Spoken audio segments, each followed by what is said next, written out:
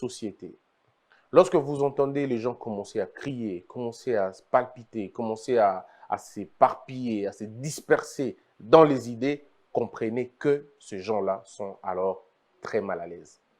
La vérité, on ne la combat pas. Vous perdrez beaucoup de temps à combattre la vérité. Elle finit par triompher. Elle n'a pas de muscles, mais la vérité a des éléments indescriptibles. La vérité a une force transcendantale qui va au-delà de l'argent, des humeurs, de la magouille, de la manipulation et de la désinformation. Et ceux qui sont du côté de la vérité, ils n'ont pas besoin de se battre contre les hommes, contre les humeurs. Ils restent esclaves des principes et à leur tour, ils sont protégés, défendus par la vérité. Mesdames, Mesdemoiselles et Messieurs, les petits esprits ne comprendront jamais la lutte qu'il y a. Parce qu'eux regardent l'argent, ils regardent le pouvoir. Et c'est difficile dans une société comme la nôtre de comprendre qu'il y a d'autres personnes qui se battent pour des principes, pas pour de l'argent. Et je le dis dans une de mes émissions passées, je n'attaquerai pas les journalistes. Je ne répondrai pas aux journalistes. Pas du tout. Mais moi, je m'attaque certainement à ceux qui les envoient et à ceux qui les envoient généralement. Et lorsque les membres d'un parti politique s'affichent en m'attaquant, ce n'est pas à eux que je veux m'attaquer. Non. Le leader du parti politique, je ne m'attaquerai pas à les journalistes non plus. Je ne m'attaquerai pas à 5 000 $, 7 000 $, 8 000 $ pour moi, je ne le ferai pas. Je ne le ferai pas. Ce n'est pas dans mes habitudes, ce n'est pas dans mon éducation. Je ne le ferai pas. Et puis d'ailleurs, dans la vie, il faut s'assumer. Moi, je crois à un moment donné, il faut s'assumer. Moi, j'ai fait le choix de soutenir le président de la République et ses actions. Je soutiens les institutions. Je soutiens l'alternance. Je soutiens. J'assume mes positions. Je ne me cache pas. Je ne me cache pas. J'assume mes positions et je les assume. Le problème, c'est que celui qui pense contre moi vient avec des idées, vient avec les arguments et je les attends de pied ferme. Je ne veux pas me cacher derrière, oh non, oh, la neutralité. Je ne suis pas neutre, je ne le serai jamais. Je ne suis pas neutre, je ne le serai jamais. J'ai une position, je la défends et je la défendrai toujours. Pourquoi nous n'avons pas cet orgueil, cette jalousie nationale? Il faudrait l'avoir. Nous devons être jaloux de notre nationalité. Nous devons être jaloux de notre nationalité. Dieu est jaloux de sa divinité. Nous devons être jaloux de notre nationalité. Tu n'es pas des pères congolais. Tu n'es pas des mères congolaises. Et puis tu veux devenir président du Congo. Qu'on n'en parle pas parce que toi, ton langage, c'est le billet. Et nous, on va se taire. Tout le monde ne peut pas être acheté. Ça aussi, il faut le reconnaître. Non, non, tout le monde ne peut pas être acheté. Il y a des cerveaux qui n'ont pas de prix. Il y a des cerveaux qui n'ont pas de prix et des cœurs qui ne sont pas reconnaissants à coup de billets. Vous devez le savoir. Mais où sommes-nous finalement? On parle ici d'une question cruciale. Et vous voulez réduire cette question au plus bas niveau parce que ça ne vous arrange pas? Ou parce que votre pourvoyeur est mal à l'aise? Ou parce que votre bailleur est mal à l'aise? Et vous voulez qu'on se taise? Non, mais si ces gens vous nourrissent, ils vous nourrissent vous. Ils ne nourrissent pas tout le monde. Ne confondons pas le populisme, la popularité, la véracité de fait et la constance d'esprit. Il ne faut pas confondre ça. Vous pouvez être populiste, et même si vous voulez populaire, mais le problème c'est, est-ce que vous êtes un cerveau?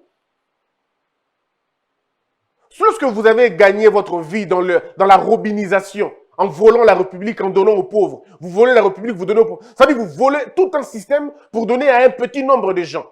Et ces gens-là qui sont affamés, qui sont démunis, meurtris, qui ne cherchent qu'à manger, et vous leur donnez deux petits pains, 3 petits pains. Ils commencent à crier votre nom, et vous pensez que vous avez réglé la question. Non, abat ces mentalités-là. Non, non. Ici, la question est loin d'être une question de telle ou de telle personne. La question est une question d'identité nationale. Peut-être vous qui êtes là, vous avez abandonné vos ambitions. Moi, je peux vous garantir, j'ambitionne un jour diriger ce pays. Peut-être que vous n'avez pas ces idées-là. Parce que vous êtes limité. Vous êtes, à un moment donné, vous êtes fait pour être des caporaux. Vous êtes fait pour être des caporaux. Vous n'avez jamais imaginé diriger. Nous avons l'ambition de diriger ce pays, de gouverner ce pays, de faire mieux que ceux qui sont passés avant nous par chance ou par la fortune. Nous bâtissons notre carrière par la connaissance. On bâtit notre carrière par l'apprentissage de la connaissance, par l'exercice de la vertu. Par l'exercice de la vertu, par l'exercice de la vérité. On se bat, on se forge dans ce moule-là. On n'est pas dans la compromission. Vous ne me verrez pas dans un cabinet ministériel en train de voler l'argent ou d'aider quelqu'un qui vole l'argent. Je n'ai jamais fait ça, moi. Je ne suis jamais allé dans les combines ou pour aller avoir 2000 balles, 3000 balles quelque part. Je n'ai jamais fait ça. Jamais. Mais nous avons un problème. C'est notre pays qui est menacé. Attendez, où est la fierté finalement? Donc, si je comprends bien, un Libanais, pour le simple fait qu'il soit né au Congo, qui vit au Congo, il donne un peu aux pauvres, il fait cela, ceci et cela, et un jour il peut dire je suis Congolais. Mais il va trouver des Congolais qui, eux, sont des pères et des mères, pour travailler à sa guise, à lui. Mais attendez, on est où? Quel est ce Congolais qui peut aller acheter les Libanais en Liban pour qu'ils deviennent gouverneurs libanais ou bourgmestres libanais? Citez-moi un seul Congolais que vous connaissez, de pères et de mères. Il est de pères et de mères congolais, il va au Liban, et à partir de là, disons, il est né là-bas, il grandit là-bas, il fait son parcours là-bas, et un jour il dit aux Libanais, je vais devenir président du Liban. Mais on va lui regarder par la peau, on dira, monsieur, t'es malade, quoi. T'es malade. Tu te trompes ou quoi? C'est parce que tu as construit ça, tu as donné ça, que tu penses que c'est suffisant pour que tu sois... Non, mais c'est ça le pays gouverné par le matériel. Tout le monde a fait déménager son cerveau parce qu'on doit avoir un peu d'argent, un peu d'argent. J'ai entendu le propos de l'ancienne première dame. Mesdames, mesdemoiselles et messieurs, je soupçonne un lien, un rapprochement entre Moïse Katumbi Chapoué et Joseph Kabila Kabange. Je soupçonne ça. Vous voulez me dire pourquoi? Très bien, je vous explique. Depuis que Moïse Katumbi est rentré au pays, parce que Félix Tshisekedi lui a laissé la place, il faut le dire, parce que Félix Tshisekedi pouvait se taire aussi, hein, en disant, bon, c'est pas mon problème. Félix Tshisekedi a donné la place à Moïse Katumbi de revenir au pays. Et c'est de l'ingratitude de ne pas le reconnaître. Il n'était pas obligé, il n'était pas forcé de le faire. C'est lui-même, dans son bon vouloir, il a dit, Moïse Katumbi, je considère que tu as été injustement mis mal à l'aise, rentre au pays. Et il est rentré au pays, il vit librement au pays. 1. 2. Depuis que Moïse Katumbi est rentré au pays, avant que Moïse Katumbi ne rentre au pays, il ne parlait jamais de sa fraternité avec Kabila. Jamais de la vie quand il était en exil. Et même quand il est rentré, il ne parle pas de ça. C'est aujourd'hui qu'il parle de la fraternité avec Joseph Kabila. Il a dit Joseph Kabila, c'est mon frère. Ce qui n'est pas mauvais. Peut-être c'est son frère Katangé. Le problème n'est pas celui-là. Mais regardez la réponse maintenant. Olive Lembe qui vient secourir, entre guillemets, Moïse Katumbi. Parce que Moïse Katumbi s'est lui-même mis dans ses carcans de loi pour rien. Je crois que ce n'est pas peut-être Moïse lui-même, c'est peut-être pas lui, ce sont ces hommes et ces femmes qui lui ont mis dans ces choses-là. Généralement des hommes qui n'ont pas de cerveau, qui passent toute leur vie sur Twitter et sur Facebook. Peut-être ils sont là, ils n'ont pas autre chose à faire que ça. Et donc, Olive Lembe, elle aussi prend la parole. Elle dit non, il faut nous laisser avec cette loi-là qui va nous faire chuter. Alors quand il dit nous faire chuter, Madame Olive Lembe, vous êtes des pères et des mères congolais. Cette loi ne devrait pas vous intéresser. Vous êtes des pères et des mères congolais. Alors, on ne parle pas de vous. Nous nous adressons à ceux qui ne sont pas des pères et des mères congolais. Et puis, on n'a pas dit qu'ils n'étaient pas congolais. On n'a pas dit qu'on ne les aimait pas. Nous n'avons pas dit qu'ils sont moins congolais que les autres. Non. Nous n'avons pas dit qu'ils ne vont pas aller dans certaines villes. Nous n'avons pas dit qu'ils ne vont pas faire le commerce. On n'a pas dit qu'ils ne vont pas faire le champ. Nous n'avons pas dit qu'ils ne vont pas aller dans les mines. On n'a pas dit qu'ils ne vont pas aller dans le fleuve, où ils ne vont plus aller pêcher les poissons. On n'a pas dit ça. Tout ce que nous avons dit qu'ils ne peuvent pas être présidents de la République et qu'ils doivent revoir leurs ambitions à la baisse. Où est le problème? Parce que c'est prouvé qu'ils ont soit un père étranger, soit une mère étrangère. Mais pourquoi ils ne vont pas aller postuler chez l'un de leurs... côté Moka famille Nabango? Celui qui est des pères ivoiriens, mais qu'il aille postuler en Côte d'Ivoire. Pourquoi il va vouloir postuler quand il n'est pas dans Celui qui est de mère sénégalaise, mais qui peut être postulé sur le Sénégal. Pourquoi il veut? Parce qu'il a le même droit. Il a le même droit ici, il a le même droit là-bas. Pourquoi il veut nous imposer ici ce qu'on va lui refuser là-bas au Sénégal? Nous voulons un président qui va être concentré sur le problème du Congo à 100%. Nous voulons un président qui n'aura pas de loyauté dérogée. Nous voulons un président qui n'aura pas de loyauté partagée. On dit Félix Tshisekedi Ningazawana, on dit Mobutu Ningazakiwana, Bango, Bongo, ne t'en a pas besoin. On dit Laurent Désiré Kabila. Il n'a pas hésité d'attaquer le Rwanda quand ça a dérangé. Mais vous avez vu les autres, comment ça dérangeait? Non, il faut aller doucement. Non, non, non, on s'était caca, on a gagné. Non. Vous avez vu Félix Tshisekedi quand il s'agissait, quand on a attaqué un compatriote congolais, quand on a attaqué M. Mukwege, Félix Tshisekedi est sorti de son silence, il n'est pas question. Mukwege, c'est la fierté nationale. Mais lorsque le Rwanda insultait Mukwege, qui prenait la défense de Mukwege en ces temps-là? Personne, hein? Vous avez vu, non? Suivez mon regard. Aujourd'hui, quand ça arrive à un Congolais, un autre Congolais qui est au pouvoir peut dire on n'est pas d'accord. Mais vous voulez qu'on ait un président lorsqu'on aura un problème avec les Kenyans, ou on aura un problème avec le Burundais, ou on aura un problème avec le Rwandais, ou on aura un problème avec les Grecs, ou on aura un problème avec les Italiens, ou on aura un problème avec les Maliens, ou on aura un problème avec les Français, que le président soit, qu'ils disent non, non, non, j'ai quand même vécu dans ce pays-là, hein, j'ai quand même été... Non, on veut un président qui ne sera pas partagé dans sa loyauté. Nous voulons un chef d'État qui, lorsque le problème va frapper le Congo, qui soit digne et de dire, pas question, mon cœur, ma tête, mon cerveau, out. Si le Rwanda a tapé du solo, il y a, comment on appelle ça, production, il y a Coltan et Padaya Minito, il va vous dire que c'est en baisse, c'est plus comme avant en fait. Les choses changent un peu, petit à petit, mais c'est vrai. Pour sortir du bourbier, en fait, c'est un trou noir. Maintenant, pour sortir, il faut quand même un peu de temps. Mais attention, le temps seul ne suffit pas. Le travail dans le temps. Il faut donc travailler. Parce que le temps n'a pas de vertu thérapeutique. Ce n'est pas le temps qui va construire nos vies. C'est le travail que nous allons mettre en place, que nous allons fournir dans ces temps-là qui fera la différence. Je ne suis pas de ceux qui pensent que le temps va finir par régler les choses. Non, le temps ne règle rien. C'est plutôt le travail que vous mettez dans le temps qui règle les choses. Et donc, c'est à nous de travailler encore à l'intérieur. C'est à nous de continuer dans la logique d'intéresser l'extérieur. De dire à l'autre, venez prendre tout chez nous. Nous sommes un pays de, comme je l'ai dit autrefois, nous sommes un pays de contraste, en fait. Nous avons presque tout ce que les autres manquent, mais nous manquons ce qu'eux ont. Vous savez ce qu'eux ont pour la plupart des cas? Ils ont la discipline. Ils ont la discipline, ils ont la notion du sacré, ils ont la notion de l'excellence, ils ont la notion de l'ordre, ils ont la notion de la bonne gouvernance, ce que nous n'avons pas. Nous ne pouvons pas tout rejeter en fait. Il y a des choses bien qui se font au Rwanda, des choses bien. Regardez par exemple leur prévention en termes de volcans. Ils ont mobilisé exactement ce que j'ai dit hier. Ils ont mobilisé les véhicules de l'armée, ils ont tout mobilisé. Donc eux, ils attendent les événements. Ils sont là, ils attendent.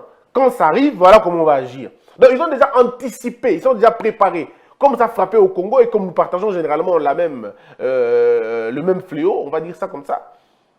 Ils sont prêts, ils attendent. Mais nous, entre-temps, qu'est-ce que nous faisons?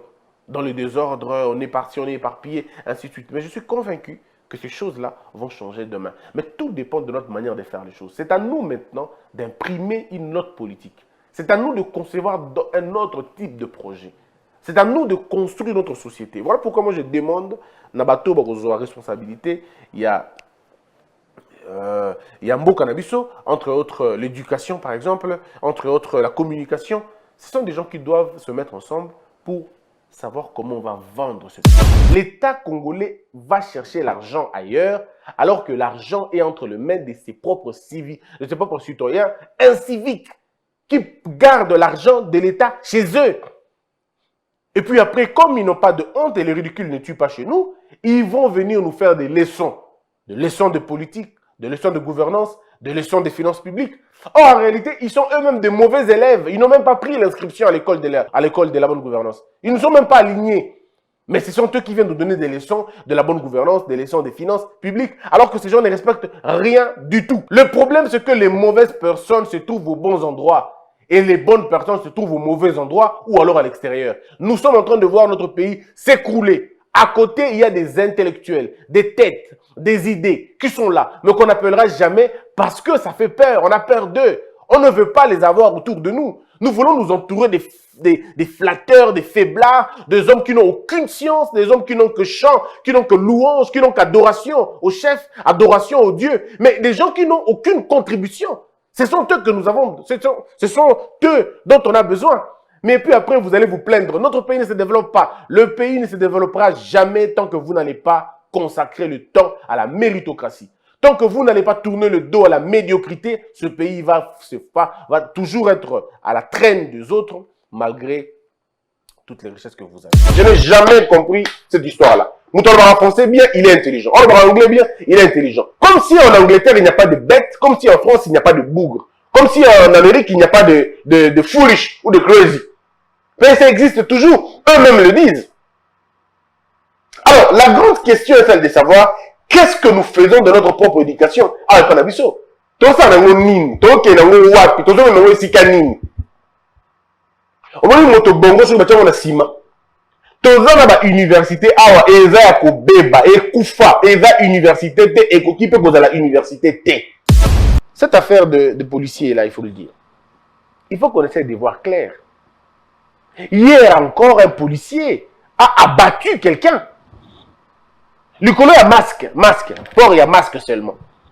Interpellation musclée, allez. Chef, là, Bengiba conseiller a quitté, allez, à Fongoli feu. Et le garçon là, c'était pas son jour de mourir. C'était pas son jour, en tout cas, Dieu n'a pas voulu que dans la Mukoloana. Et bah, l'esquiver, et tout y est vu policier Moussous. Donc, est-ce que vous imaginez ces choses-là vraiment? Est-ce que vous imaginez? Toloba ki yango lobby, tolobi yango le loto kolobango le sous. Biloko ça va interpeller ministre intérieur, ça n'a rien à voir. C'est la distraction, on fait de la blague. On fait de la blague. Les gens se plaisent dans la mascarade. Balingi lokwana, balingi blague ya modèle wana. On interpelle le ministre de l'Intérieur, on va lui poser 2-3 questions et puis après. Le problème ce n'est pas l'interpellation. Nous voulons voir des démissions. Nabamboka ya solo, on démissionne. Nabamboka ya solo, bateau va révoqué. Mais ça fait en 2 jours, 2 personnes meurent. En espace, il y a, on va dire, en espace, il y a une semaine, 2 Congolais décèdent. Nicolas Babi ou policière. Et personne ne tombe. Aucune sanction. Mais on est dans quel pays? On est dans quel pays où, mais on va où? Aucune sanction.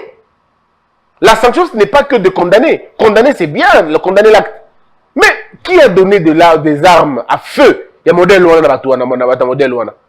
Si vous estimez que les policiers, il y en a qui sont déséquilibrés mentalement, mais retirez les armes. Retirez les armes. Parce que laisser les armes aux policiers, n'a modèle à bouillir, n'a pas condition à bouillir. Mais c'est laisser les gens à la mort. On est vraiment on n'est pas à l'abri, quoi. Moindre discussion, moindre débat, moindre contradiction, il ouvre le feu. Mais attendez. Attendez.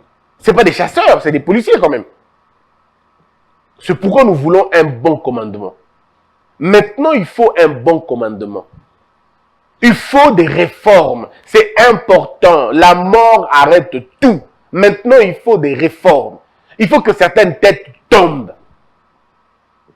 C'est important maintenant de changer. Je ne sais pas à quel niveau, parce que je ne suis pas habilité de vous le dire à quel niveau vous devez changer. Mais si vous pensez que c'est le ministre de l'Intérieur qui doit tomber, faites-le tomber.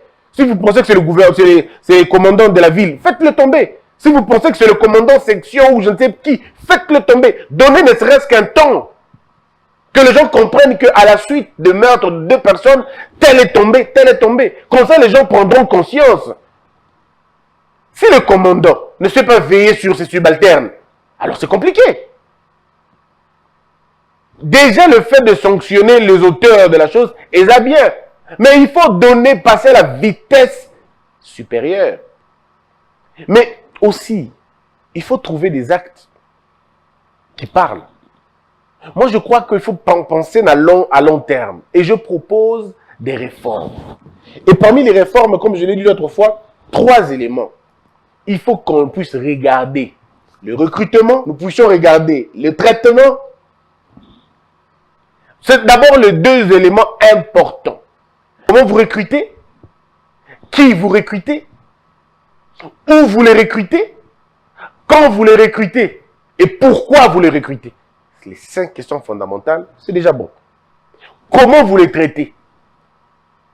Comment ces policiers sont-ils traités?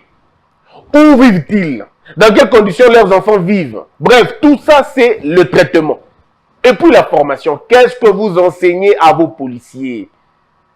Mais vous allez voir que la notion de la formation est intimement liée aux deux premières questions. Le recrutement et le traitement. Un policier maltraité n'est pas formé. Ne peut pas être formé. Tout commence par où vous recrutez vos enfants pour faire de la police. Vous devez trouver les meilleurs de la société. Les hommes les plus stables, même si vous voulez. Moi, je crois même qu'il faut passer ma test de psychologie. N'habitez si on appelle ça vraiment comme ça, mais test de la psychoanalyse, tout ça. Mais au moins, test à Moutou. Quand il passe à l'armée, à la police, il faut pas tester. Est-ce que c'est quelqu'un d'équilibré? Est-ce qu'il a des retards? Est-ce que ce sont des attardés? Est-ce que ce sont des dépressifs? Parce que tu ne peux pas être policier et être dépressif. Tu ne peux pas être policier et être alcoolique. Il faut que la police la famille. Parce qu'il faut trouver les meilleurs de nous, les meilleurs de nos enfants. La famille, réputation dans les nini, casier judiciaire dans les nini, à un niveau intellectuel nini, conscient dans les nini. Si vous avez vu toutes ces choses-là, vous avez bien vu toutes ces choses-là, vous avez donné l'idée. À Tangawapi, quel est son minimum? Parce que la police doit être exigeante. Quel est le minimum au besoin de dire? Moi, je pense que dans la minute, autant sur le minimum, il y a des diplômés. Dans la minute, il faut aller dans le minimum, il y a gradué. Que tout ce que pose à la police, il faut la graduer. Même si nous savons que les gradués aujourd'hui, ça ne ressemble pas beaucoup, ça ne ressemble pas à grand-chose. Graduer. Et après qu'on a la gradué, on te forme peut-être pendant 2 ans, ou 3 ans, ou 4 ans, où on t'apprend l'académie de police. La moralité, l'intégrité, la fermeté, la sévérité. Et biloko na mususu. Ndeko na ngai na bisu bino depuis nga na botama na mokili. Hein? Depuis na botama na mokili. Depuis na tamboli na moi quelques 2-3 pays à Liban mboka na biso, je n'ai jamais vu de policier mentir. Na mona na noté policier à kosa. Nga na mona na noté policier à kosa. Mais na mboka na biso, ils mentent beaucoup. Chez nous, ça ment. Mais comment ça peut mentir? Policier, beaucoup de nzela. Aibisio cha mupandi. Ochepe mupandi. Aibisio pesanga carte, obi na pesa te. Pesanga na pesa te. Au désobéir, hein, c'est une infraction, c'est bien, mais au désobéir. Mais tant que comme na biwa lobi na yo habité, aibisa ki o poussa na o boy ko poussa. Il a menti. Or, comme le policier est censé ne pas mentir, sa version est toujours vraie. Parce que quand il parle, c'est l'État qui parle en lui. Il est investi de l'autorité. Si nous payons bien nos policiers, ça va intéresser les licenciés maintenant. Ça va intéresser tous ceux qui ont étudié, qui veulent faire l'armée. Moi, en tout cas, personnellement, j'allais faire l'armée.